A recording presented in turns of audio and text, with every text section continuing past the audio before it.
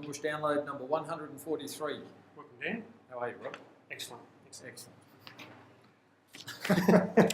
We don't know where we're going today. Well, we have a few things to talk about. We do. Well, first thing I would like to talk about is very topical. There's ransomware cyber attacks around the world overnight. Yeah. So it's very topical at the moment, which it hit, what was it, Russian, big oil companies in Russia, Ukrainian banks, multinational shipping and advertising firms. Wow. I thought it was the Russians doing it. Well, obviously not. That's to be determined. DLA Piper is a global law firm and got some exposure to Australia as well. So all their computer systems were shut down this morning. But why I'm talking about that is that there's a exchange traded fund called HACK. It's listed on the ASX. HACK. HACK. And it specialises in cyber security companies. So it's like, this is not going to go away, these cyber security attacks. It's an ongoing process, obviously. It's our new world. Yes. So you've got to look at the companies involved in this and trying to combat this, and how it will impact on investments into the future in these sort of companies. So, like for example, like this HACK ETF, like it was only originated last year in August 2016.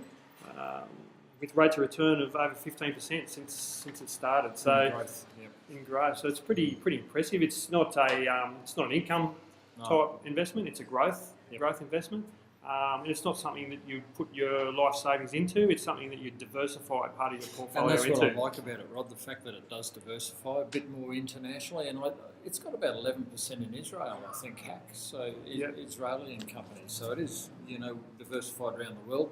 Most of it's in the US though, as they are. But that's right. 72% in the US, but like you say, Israel, Britain, Japan, Netherlands, South Korea. So it's diversified around the world. And you're right. Those sort of things. That's that disruption is just part of it now, isn't it? That's exactly right. And like you look at following on the tech theme, there's a new IPO, initial public offering coming out now. It's on the market now. To come onto the market at the end of July. It's a global disruption fund, as you're talking about, disruption. Basically, it's a listed investment trust, and it invests in companies that, like your Amazons, they're coming to Australia. How's it going to disrupt things in Australia and things like that? So it's all those sorts of companies, technology-wise, how they will disrupt things. I like to use that Res app as a good example of disruption. It's an app on your telephone that you cough into, and it tells you what your respiratory problem is. And it's probably the biggest disruption since the stethoscope in that space. So. Yeah. Like it's just like if it's nearly to market by the sound of things, it's been developed very quickly and very popular. It's going well. Yeah. So that's a thing of the future, technology of the future. Yeah.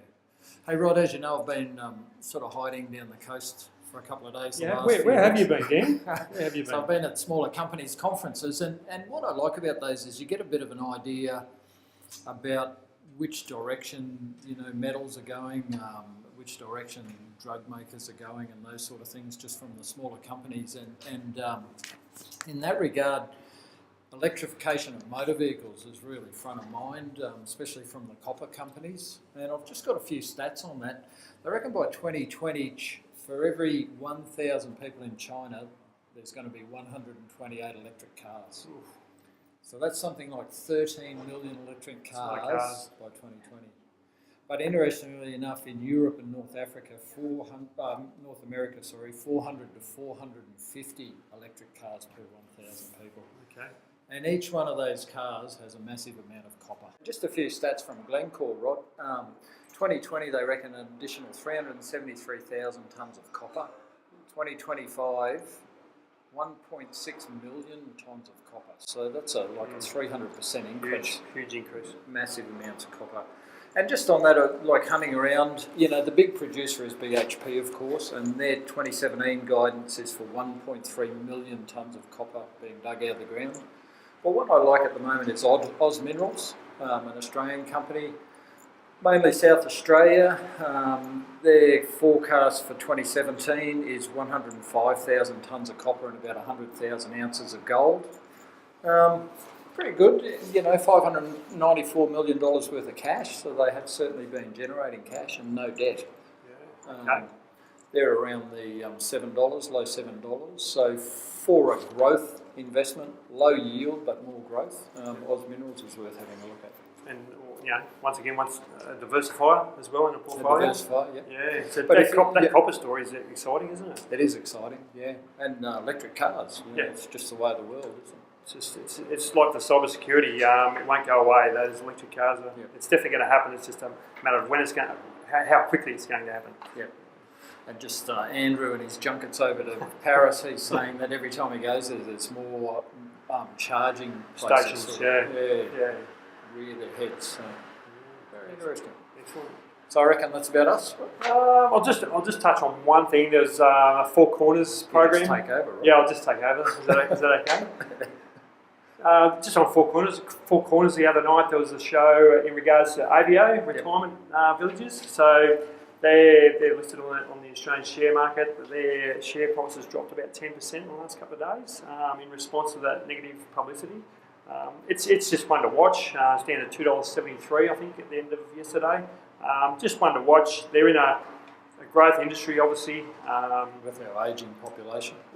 Extraordinary statistics with ageing population, which was shown in the census statistics yesterday as well. But it's just one to keep an eye on. Potentially it'll get to a level where potentially it's good buying. But also there's those X factors as how it will be disrupted, that disrupted word again, in regards to the negative publicity. But that's just something to keep an eye on. Yeah. Just on that disrupted word again, one of the companies that presented, Rod, was they actually film your face when you're going into a high care unit. Yep. And as you sink further into dementia, unfortunately, and that's where a lot of people are going, those stats are increasing as well. They can film your face again and it'll actually tell you whether you're in, or tell the medical staff whether that person's in pain or not, so they can medicate them. Okay. So that's huge. It is huge. So and that's the sort of disruption, isn't it? Technology. Yep. For sure. That is all from me now. Is that all right? Very good. Okay. Cheers. See you later.